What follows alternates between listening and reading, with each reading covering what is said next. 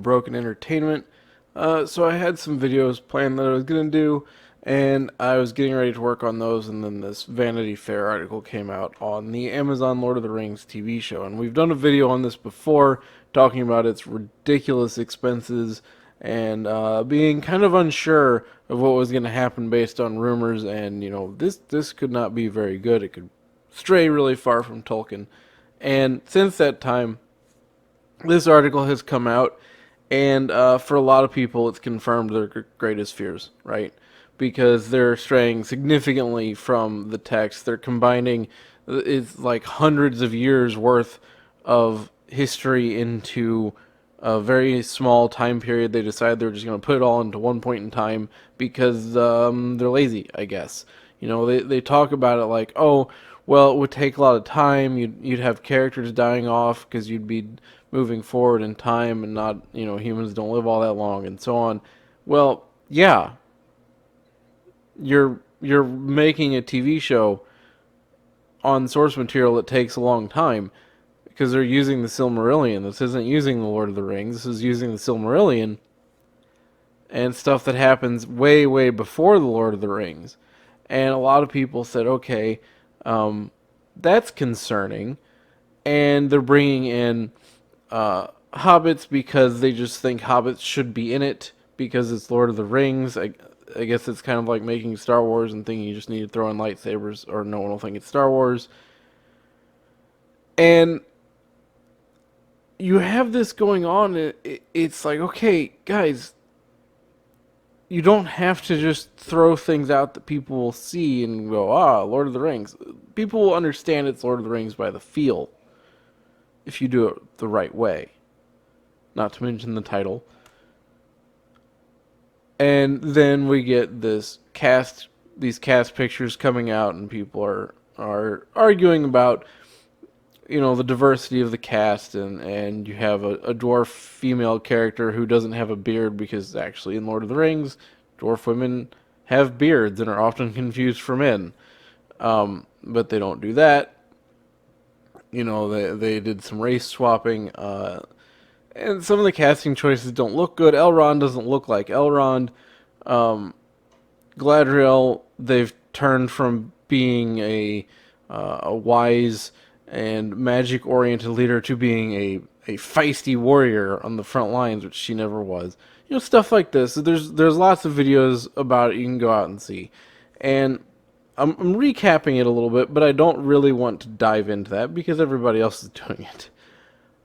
This ties more into why I'm beginning more and more to think authors should either completely hold their work out from Hollywood and not let them touch it, or should make sure that they're so directly involved in it that it can't be manipulated as severely as we're seeing Lord of the Rings be manipulated.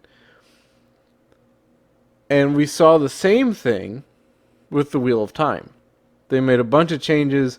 Brandon Sanderson came out and kind of criticized it, but kind of didn't because he sits on the fence because he has to.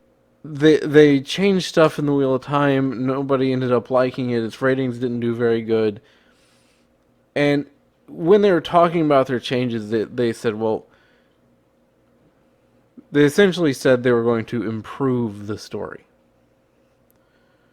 Not understanding, these are books written by individuals. This is their work. This is, in some cases, it's their life's work. Lord of the Rings, Wheel of Time.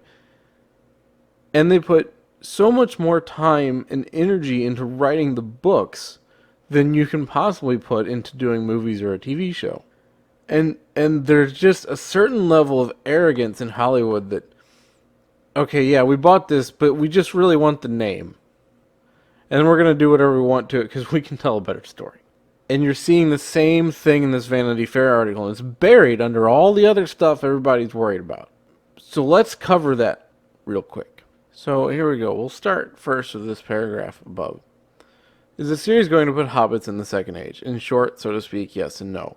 One of the very specific things the text says is hobbits never did anything historic or noteworthy before the Third Age, says McKay.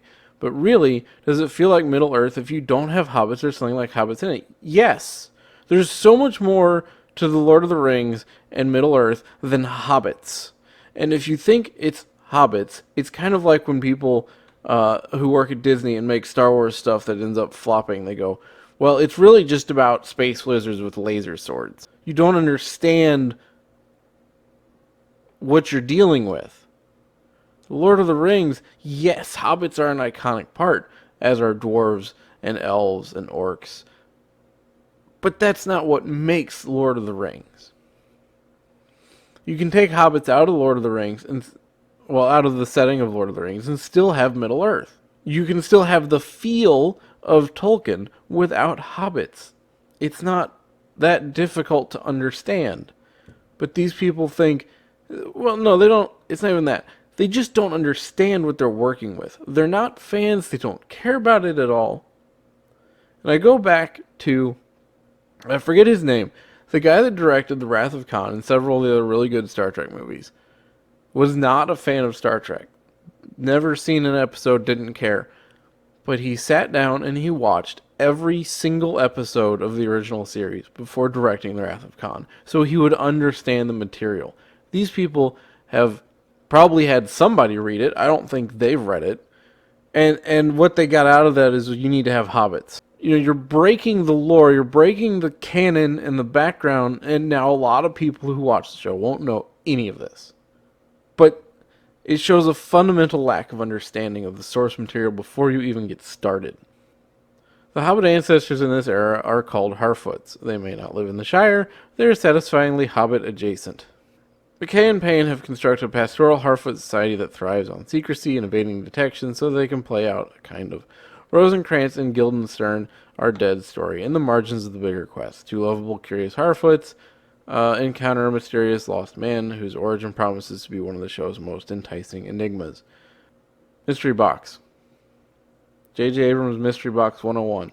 Put a mystery in it. What is it? Doesn't matter. Gets you from point A to point B, and then there's another mystery, and now you gotta go find that, and then there's another mystery, and now you gotta go find that, and it all leads up, and then it's like nothing. You made an entire society, said you had to have something Hobbit-like, so that you could have two characters that are side characters that don't come up all that often. Because you thought, let's have a mystery. But here's where it gets to my central point.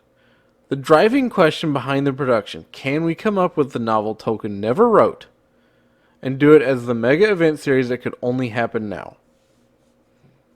No. It is not your job to write the novel that Tolkien didn't write. You're not capable of it.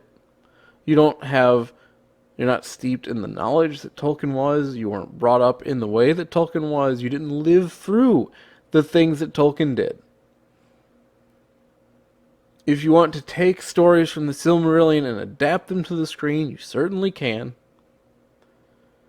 But this arrogance in Hollywood, we can do it better. Because that's the implication here, right? Tolkien never wrote this, but we can do it, and we can do it better, because it's going to be based on modern society, because that's coming next. Amazon series will broaden the notion of who shares the world of Middle-earth. One original storyline centers on the Sylvan elf named Arondir, played by Ishmael Cruz Cordova, who will be the first person of color to play an elf on screen in the Tolkien project. He's involved in a forbidden relationship with Brownwind, a human village healer. Elsewhere, a Brit of Jamaican descent plays a Harfoot elder, so you have 3 Harfoots now. And Sophia Nomvet has a scene-stealing role as a dwarven princess who does not look like a dwarf. The latter being the first black woman to play a dwarf in Lord of the Rings movie, as well as the first female dwarf. It felt only natural to use... Here it is. Felt only natural to use to us that an adaptation of Tolkien's work would reflect what the world actually looks like. No. This is where we talk about Tolkienized diversity, right? Where we got the first black this and we got the first female that, without actually putting any real effort into it. Now, I'll give them this. They did create new characters for this. They did not just make Elrond black or what have you, which is normally what Hollywood does when they feel like tokenizing someone. But what they're doing is they're saying Middle Earth, a fictional setting based on medieval England, needs to look like the modern world. No, it doesn't. It needs to look like Middle Earth. You are so obsessed with making it look like Middle Earth that you had to create some kind of hobbit-like species and throw it in there. But then you say it's got to look like the modern world and what the world actually looks like. And the worst thing about this is someone might say, well, you just don't like to see diverse cast. No, here's the thing. You could do a diverse cast in Middle Earth without saying something like this and make it work really well. Because Tolkien had other races, other skin tones of people in Middle Earth. They don't get brought up much. They're mentioned. You see them on screen briefly in one of the movies where they bring the elephants. They exist. You could pull from those and simultaneously introduce a new concept, a new character, and dive deep into the culture of these races that weren't really talked about. And meet your diversity quota. But they can't do that. It's too much work. Because there's not much information about those two. They could have done anything they wanted by diving into those cultures, but they don't. Instead, they say, well, we want to make it look like the real world. It's not the real world. Okay? It's a fictional world built very specifically that already has what you're looking for in it. You're just too lazy to do it because you're so focused on fixing Tolkien. That's what this is. We're going to fix Tolkien. You don't have to fix Tolkien. It's perfect. Tolkien single-handedly defined the fantasy genre for decades. People are still trying to either write in his shadow or get out from under it. You can't fix Tolkien. It's not your job to fix Tolkien.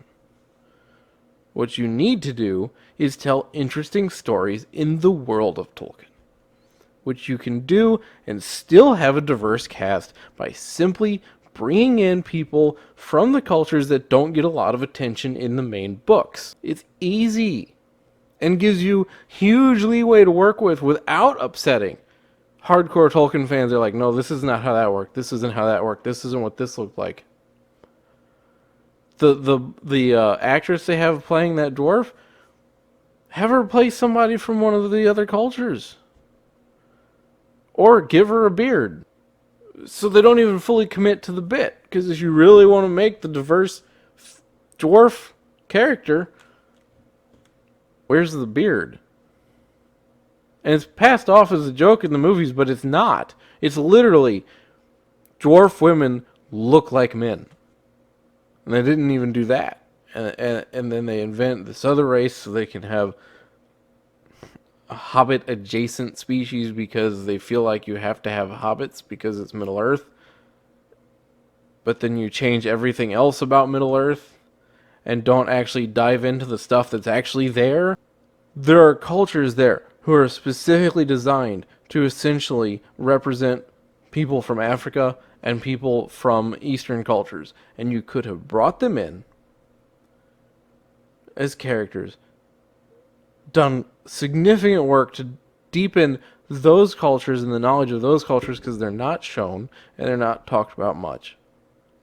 And you would have hit all the check boxes you wanted to hit while telling a good story.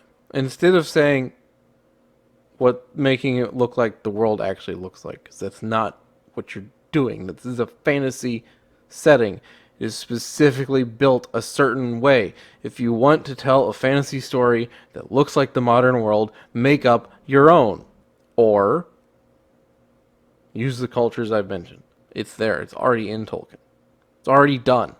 Tolkien is for everyone. His stories are about his fictional races doing their best work when they leave the isolation of their own cultures and come together. Well, at least you got that right. When Amazon released photos of its multicultural cast, even without character names or plot details, the studio endured a reflexive attack from trolls, the anonymous online kind. Yes and no. There are people who do that every time. But they also received a lot of criticism from people on YouTube and other places who are diehard Tolkien fanatics who said, no, this is not what this looks like. And have pointed out, as I just did, you can bring in these other cultures and still do the same thing. But you didn't, because it's too much work. If you want to tell the story better than Tolkien, you've got to put in the work. And that is this arrogant Hollywood belief. You can buy an IP and do it better than the person who made it. See it with Wheel of Time, directly stated. You see it here, directly stated. And you see it other places too. So as a writer, it makes me think, if I'm ever in that position, do I want that as a possibility? You have no right to buy somebody's work and try to tell the world that you're going to do it better than they did. If you want to be better than Tolkien, go write your own story. Go make your own fictional fantasy setting and do it. Don't screw around with Tolkien. Don't play around with somebody else's setting. Make changes because you think it's better and reflects a world that the setting was never intended to reflect. While also ignoring the things that would help you do the things you wanted to achieve in the first place, because there's not enough there for you to just coast by. Let's make no mistake. They invented Harfoots, right? Or close to invented Harfoots. There's not going to be much to it, and they're basically just going to be hobbits with a different name. To probably misquote Jurassic Park, you're trying to stand on the shoulders of giants without doing the work to get you there. You don't put in the work. You just want the credit. And you just want to make some statements about real world crap. Obviously there was going to be push and backlash, says Tolkien scholar Mariana Rios. Never heard of this person. The question is, from whom? Who are these people that feel so threatened or disgusted by the idea that an elf is black or Latino or Asian? A lot of them are people who want to see Lord of the Rings be Lord of the Rings, or in this case, Tolkien be Tolkien. And they want you to bring in these other cultures. They're there. You could have all of these same actors without doing this. And without then immediately turning around and implying anybody who criticizes you is a racist. The freaking setting allows you to do it. And everybody would love to see it. Because there are these cultures that we don't see much of. And people would like to be introduced to and see and have fleshed out. And that's where you can sort of fill in the gaps in Tolkien without changing Tolkien. Because you think you're better. Because you think deep down the material itself is guilty of what you're accusing these people of. Are there people who are looking at it and saying, oh my God, this person is not white? Yes. And there are people who are looking at that who are upset for lore reasons and who are thinking the same thing that I have just said several times about other cultures that exist in the setting. And yes, there are going to be a small minority of people that just don't like other skin colors. That's the world we live in, unfortunately. But that's not the majority. And simply disagreeing with you and what you're doing does not make somebody a troll, incidentally. And then finally, in the novels, the aforementioned things take place over thousands of years, but Payne and McKay have compressed events into a single point in time. We talked with the Tolkien estate. If you are true to the exact letter of the law, you're going to be telling a story in which your human characters are dying off every season. George R. R. Martin. Because you're jumping 200 years in time, and then you're not meeting really big, important canon characters until season 4. Look, you're making a long-term series, right? Shoot for the moon. Nobody's done that before. Nobody has done that kind of series before. Do it. Stand out. It would be awesome. Write a complete story from season to season and then, loosely link them together. You'd have these main characters, these main human characters over season 1 and 2, for example, and that could be a complete story and event. And then season 3 and 4 is another complete story and event. And as you watch the show, you begin to see how, despite being separated from time, these things intertwine. But again, that takes work. Or tell one story. Focus on one event. Trying to cover the span of the Silmarillion is silly if you're not willing to put in that kind of risk-taking and effort. The showrunners clearly have a great respect for Tolkien, do they? But you can't make a 50-hour adaptation without taking creative risks. Well, apparently you can, because they didn't. These aren't creative risks. They're selling that as creative risks, but they're not. What I have described would be a creative risk. In both the cultural aspect and in this aspect as well, of making it series that take place over multiple generations and tie together. That would be a creative risk. Plug and play diversity is not a creative risk, it's what's expected in modern Hollywood. Combining everything down isn't a creative risk because, yeah, it'll bother hardcore Tolkien fans, but the average person doesn't know any better. And you're shooting for the average person anyway. That's my thing with it. Is you can't, this Hollywood arrogance is really scary. Of like, we can get this person's work and we can just change it however we want because we will tell the better story. But you're not willing to put in the work and the effort to actually tell the story. Let me know what you think in the comments down below. If you liked the video, please hit the like button. If you're not subscribed, please consider subscribing. Ring the bell for notifications, and I will see you next time.